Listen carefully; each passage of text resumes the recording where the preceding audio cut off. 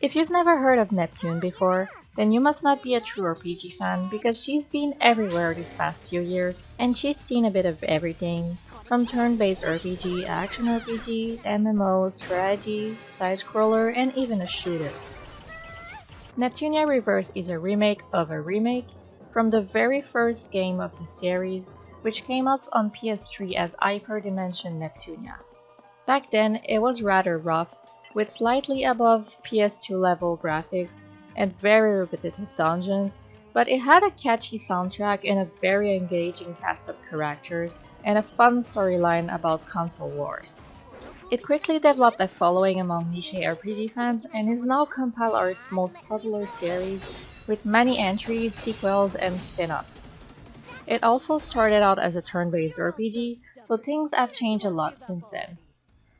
Hyperdimension Neptunia was then re-released as Rebirth 1 on PS Vita, which was a worthy remake that really upgraded pretty much everything about the game, especially the graphics and the battle system.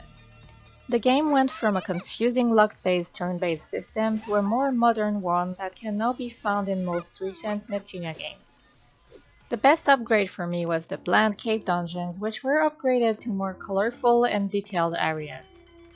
Although this remake still had flaws, it was a pretty good one and a great look for the start of the series, which saw other remakes afterwards.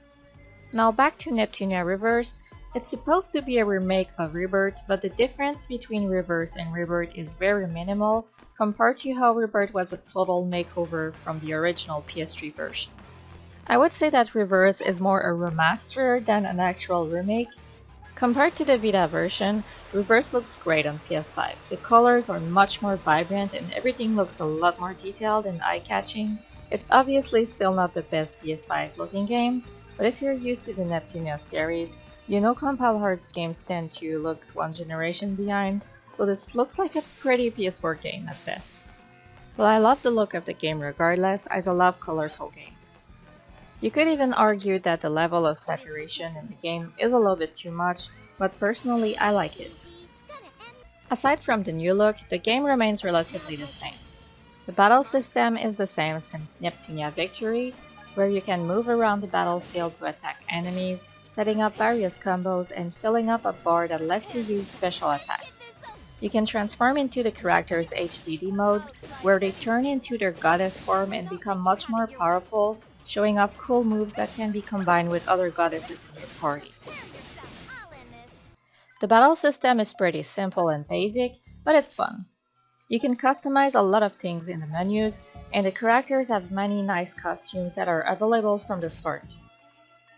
You can also still make discs and plans, which can modify your characters in dungeons. Neptunia games always had tons of customization, which is something I always liked. However, there's nothing really new in this remake to make the core gameplay really different. The only difference I can think of is that you can now have 4 characters on the battlefield instead of 3.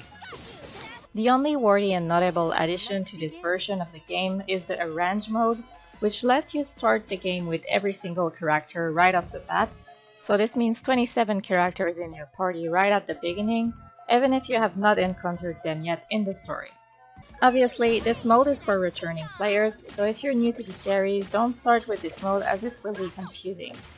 I personally went with Arrange mode since I've played before, and I really enjoyed having all those characters at my disposal, although in the end, this was a little bit overwhelming and I ended up only using 1 or 2 of them. This mode also makes the game slightly harder, so I found the grinding to be a little bit annoying once you get further into the game. Normal enemies can hit very hard, sometimes even tougher than bosses, so I found myself having to avoid enemies in dungeons only to be able to get to the bosses, and then grinding for a while before I could proceed to the next dungeon. Speaking of dungeons, this is my biggest grip with the game as the dungeons are the same you've already seen in other Neptunia games before.